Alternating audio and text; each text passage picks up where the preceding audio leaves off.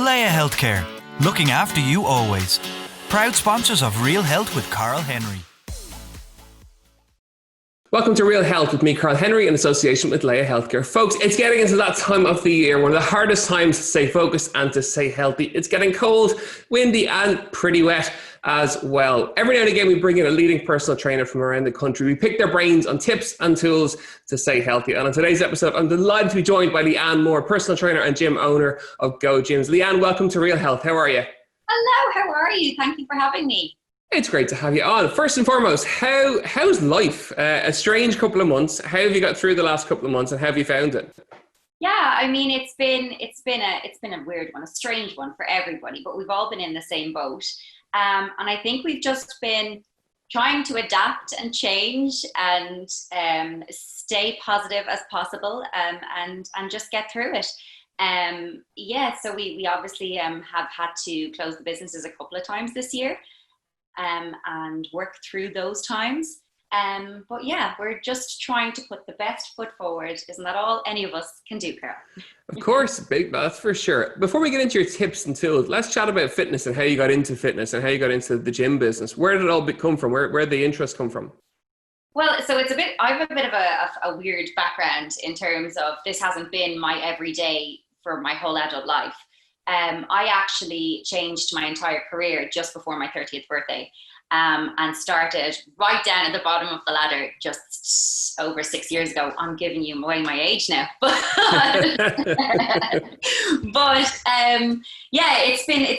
it just kind of made sense. I started my career after college in journalism and broadcast media. I worked in that field for about 5 years. I really, really, really enjoyed it. But if I'm being very honest with you, I just couldn't make the ends meet all the time. And it caused me anxiety and stress. And those are two things that I don't believe any of us should have in our lives. So I met my now husband, David, and he had owned a gym at the time. He was a trainer. He knew that I exercised every day. He said to me one day, "I don't understand why you're not doing what you love." And I just went, ding, like a light bulb moment. And I don't think it was even a few weeks, and I was already enrolled in a course, and I was submerged in gym life anyway. It's what I did. I exercised in some way, shape or form most days of the week. So it just made perfect sense for me to go ahead with that. And yeah, as I said, just a month before my 30th birthday, I qualified as a personal trainer, and here we are 6 years later, and I love my job. I love it. So it's fantastic. It all worked out well in the end. Let's chat about that for a second. I'm interested in that. You know, making those big life decisions is always a scary thing for people. And I'm sure a lot of people listening in are having, particularly at the moment, they're reflecting on life. They're reflecting on, do they love what they do or not? Does it work for them or not? And what's important to them? How scary was it putting everything out, everything that you had worked for at the time, and say, no, I'm not going to do that. I'm going to make a decision. I'm going to change into something different. How scary was that, and how did you deal with it?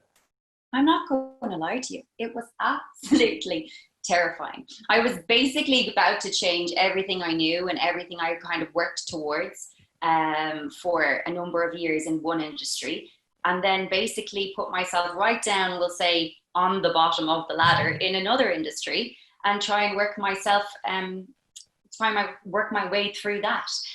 So it wasn't that I was like afraid to do it, but I certainly was. I did think a little bit about it before I jumped in, but it just made sense. It made sense to what my kind of morals for my life, my goals for my life, and like the happiness of my life. It made sense for that. And it wasn't an easy road either. I mean, everything when you give up one job, obviously you still have bills to pay, and then you're moving forward, and the unfortunate stresses that come with that. But I was ready to put the work in. I was so ready to change my day to day and to do something that I knew would give me, fulfillment. Okay. And I suppose over the last few months, everything's changed in terms of gyms and gym usage. A big push to online content. And that's something you've been good at pretty much from the get-go in terms of your online stuff's always been really, really impressive. How do you find that? And how do you find the pressures of online? It's so weird because I love doing the live workouts online. It started kind of organically at the start of lockdown in March. I just wanted to help people to move because we all know the benefits. Like, I mean, we can all say it over and over again, but we all know and feel that feeling after a workout. And I just wanted people to feel that because I said, that's the littlest thing I can do to help them to, maybe just bounce out of bed again today, because it gets more difficult as you go through it. And so, yeah, it started quite organically, but I've had a lot of time on the stage in my past years. So that was something else I did. I did a lot of musical theatre in the past, pantos, all of that fun stuff. And I just treat it like a stage. It's just fab. But like, it gives me that lovely buzz that you can't replicate in any other way.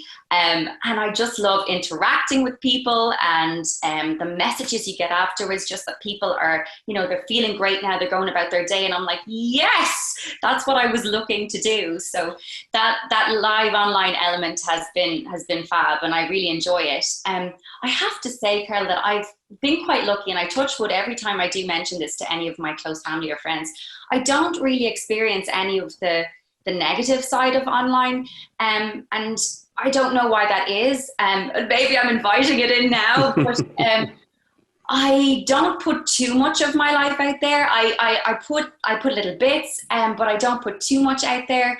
And I just try to be a positive influence. And just if I'm having a bad day, I tend to maybe not share very much online, because you know what, everybody has a bad day, but you don't. That's for me to deal with, and I want to just, if people are logging on and looking at my my Instagram or my website or whatever it is, I want them to leave feeling a little bit brighter. So that's not to say I don't have bad days. I do bloody have them, and we all do. But I have my own little ways of dealing with that here at home. So yeah, for me, thank goodness that that hasn't had any impact. Thank goodness, and hopefully it will continue that way. And I just get to enjoy all the good points of it. And people do have bad days, and they often fall off the wagon. So it's a good place to start in terms of tips and content. So from personal experience, what are your mechanisms for dealing with that in terms of staying healthy, in terms of staying positive, or maybe having a bad day and realizing it's okay to have a bad day and not feel quite so positive, but to get back on the wagon quite quickly? How do you do that, and what are your tips? So I know this sounds like I should be doing this for years, but I actually only very recently, as March, started doing something in my everyday, and Carl, it's changed my life. I basically inputted a morning routine. Now, I say morning routine, but I'm going to say daily routine for people, because, we don't have kids yet, hopefully in the future, someday, but we don't have kids at the minute. So I understand that, people's days are different. They have kids at home, there's animals at home, there's different jobs, for different shifts. So this can input your evening, midday routine, whatever you would like. But this little hour of self-care for me has done wonders. All it entails is I get out of bed, I make a cup of coffee, I sit down and read a book for 30 to 45 minutes, and then I do 15 minutes of yoga. And it has, if I can't even say it enough, it changed my life isn't even a wild enough statement for it. It's just made me more calm, centered person. And it's just that hour for me. David, my husband, knows he doesn't come near me while I'm sitting in the reading chair. But it's just been my little savior, my little sanity, and really helped me through the most, and it came about in the most difficult part that I think we've all lived in the past year. And yeah, it's just been fantastic. So setting that little bit of routine for yourself is my number one tip or bit of advice, whether it's reading, yoga, a little bit of exercise, a little bit of meditation. I'm trying to dabble in the meditation at the minute, trying to start with it. Whatever, getting outdoors, whatever it is for you, just setting that little bit of time in your morning, your evening, wherever you can, and keeping that space for you. If you can start that and just even try to do it for the next few weeks, days, whatever it is, and keep on pushing with that, I really think you'll feel the benefits of it too. Okay, so it's putting time for yourself aside. It's having a little bit of mindfulness time where you immerse yourself in a book or a piece of exercise or something, and putting yourself out of the day. Well, it's your time. I mean, go so far as to put it in your diary and schedule it like you would any other appointment, but you have to stick to it. You cannot cancel on yourself. It has to be your daily thing for you. And I read an amazing book recently called Atomic Habits. And we're chasing them for an interview for the podcast. Oh, he's so fantastic. Oh, I can't wait to hear that one. The best bit of advice I read in that book was never miss 2 days in a row. And so if you don't get there, say on your Sunday, things got mad and you just had too much to do and you forgot about your little routine, your little time for you, let's aim for it for the next day. So I just loved that book. It was fantastic. So that's a top tip recommend for me on putting yourself first is crucial. In terms of food tips, what are you seeing with clients? What are you recommending with clients? Again, it's winter, kind of almost a natural hibernation kicks in. People seem to want to eat that little bit more and eat certain different types of foods. What food tips have you got for people? My food advice is always the same. Listen, I have tried everything in the book and my whole way up through my teens, 20s, into my 30s, and then just finally came to the realization, and maybe it's old age, came to the realization that you just need to treat your body well. I personally don't count calories and I don't track macros and things like that, but I do just try to make the best possible choices I can make every single day. And you know why that's good? Because it doesn't take anything off the table. Like, I'll have a pizza at the weekend and I'll have chocolate nearly every single day. A little bit goes a long way. But I also have fruit and vegetable juices every day. We have portions of veg with our dinner. We have salads for lunch. We have homemade soups. We all know the foods that are good for us. We just need to start making the choice, I think, that what goes in does good for the body. And actually then if your goal is something along the lines of, weight loss or shaping up or anything like that, what goes in reflects on the outside then eventually. That's what it does. So I'm not into numbers, and food is just too delicious for me to bring it down to a number, but I am into feeling good. And I know the foods that I take in are, 90% of that work.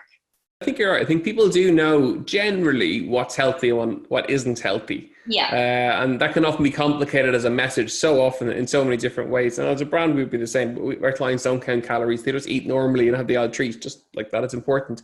And I think that, it's important to say to people, yeah, you probably do know what to eat. Just do it and, control it. And what about tracking food and food diaries and stuff like that? I do like a food diary if you're starting out in fitness. I do think a food diary is quite good, because sometimes we're just unaware of the little things that we might reach for during the day, and then not even think about in your all over total for the day. So I do like a little food diary. I have been a fan of keeping one myself in the past. But in terms of numbers, macros, and all that kind of stuff, I'm not great at that. I've never been quite good at maths, so that's probably where it comes from. But I do think that writing things down, it kind of makes it, yes, oh yeah, and then you kind of realize, oh, maybe I did reach for a couple too many digestive biscuits today than I should have. So that is a lovely tool to have. But yeah, as far as the total figures comes down to, it's not my way, but I don't think it's a wrong way. It's just not my way. Yeah, no, again, I think you're right. That whole idea of just tracking, so it's just writing it down. You can see the snacks. Again, you'll know if they're good or not. But there's an accountability component in terms of seeing it. In terms of exercise and staying exercising through the winter, what are the obvious go-tos? Well, I will say go to the gym, get nice and toasty on the inside. I would say that, wouldn't I? It's hard to get outdoors in the winter. The evenings are shorter. I think it's.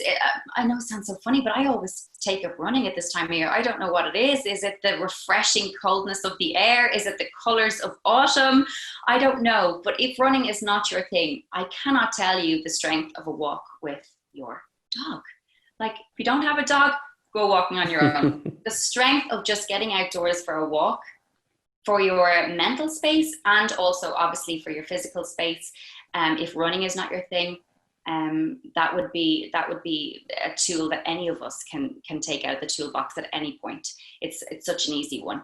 I was actually out walking yesterday with the dogs. Haven't done it yet today, but the colors around at this time of year, it's just beautiful. Like, it's just a release for the mind as well as anything else. But try things new as well. Like, I mean, if outdoors is not a thing, it's coming in now to those evenings where it could be absolutely lashing out and you're telling me to go for a walk, Leeanne. No. Try something new. I mean, there's when the gyms reopen, there's classes in all your local gyms. Trying something new is probably the best tool I would advise anyone if they're kind of losing their lust for wanting to work out again, because it just reignites something back in you, gives you a little spark. Do something you've never done before. If you've done HIIT classes and spin classes before, why do you not try a dance class? Give it a go, see if you like it. And now the most amazing thing through all of this lockdown is that there is literally every type of class online. So you don't even have to leave home if you don't want to. You can just, have a little workout space in your sitting room, wherever it is for you, and do it there. And literally the possibilities are endless. You can be doing Tai Chi to yoga to Zumba to hip hop in your sitting room. And they're all there at literally the touch of a button now. So it's fantastic. And I think most people do the cardio stuff. Certainly when we do corporate stuff, we look around the room, or even on Zoom when we do that way, people do lots of cardio. They tend to not do resistance-based training. So for anyone listening in who hasn't done resistance or is afraid of doing resistance, talk them through that in terms of why they should do it. We see this a lot. So in the gyms, we see just in general, I'm being general here. The gym floor is generally male dominated, and it's maybe because females especially don't realize the benefits of resistance training, and especially if you're looking to strengthen the body, to feel like physically strong, to tone the body, to build some muscle on the body. When you say build muscle, I think a lot of people go, no, I don't want to do that. The gym floor is the place to do it with resistance training, and it's so beneficial in every way. The one thing I always say as a gym owner is, do not be afraid to walk up to the reception in your gym and ask to book some time with the trainer. That is what we're there for. We're just waiting for somebody to do that. But it's such a simple thing, but I don't think people want to or know, first of all, that you can do that. You can do that in absolutely any gym. You just walk up, you can ask them for some time with a trainer. In Go Gym, we call it an assessment, or we can book a PT session with one of our trainers. And we offer that service for free all the time. So we can make sure that, one, you're not afraid of using the gym that you are paying a membership to. And two, that, you're learning something. And the idea is not to stay with you and hold your hand through every session, but to actually teach you to do it yourself. And I think that's so important. And if you haven't yet dabbled in resistance training, I would urge you to give it a go, because you're going to feel the burn like you've never felt it before. But you'll also see the benefits. Give yourselves 4, 6, 8 weeks, and you're going to never look back again. And of course, now there's been a huge growth in terms of online and people's comfort using online, even in terms of, as a podcast, we record and have recorded online since March, having never done it before and sworn that we wouldn't do it, when actually it's turned out to be exactly the same as having somebody in studio. So online exercise gives people a really good broad selection of classes that they can choose from every type of thing. But again, some resistance training through winter will make a big difference. So kind of look for a resistance kind of training class that you can do at home, whether you have equipment, whether you don't have equipment. There's loads of resistance that you can do at home and loads of classes that suit that. Yeah, absolutely. And if you do want to go down the route of continuing with online classes, you're finding it fits into your day, maybe put on your little Christmas list a little bit of equipment there for your Christmas present, because that kind of stuff, they'll go through times where it'll gather dust in the corner and then you'll pick it up again. So that stuff never ages, really. I mean, I have kettlebells and dumbbells in the shed there that are there for, the like 10 years that I've had them. So they're always going to be able to be reused. It's a great present for anybody. And if somebody is into doing their home workouts, which are fantastic because, it fits into their day.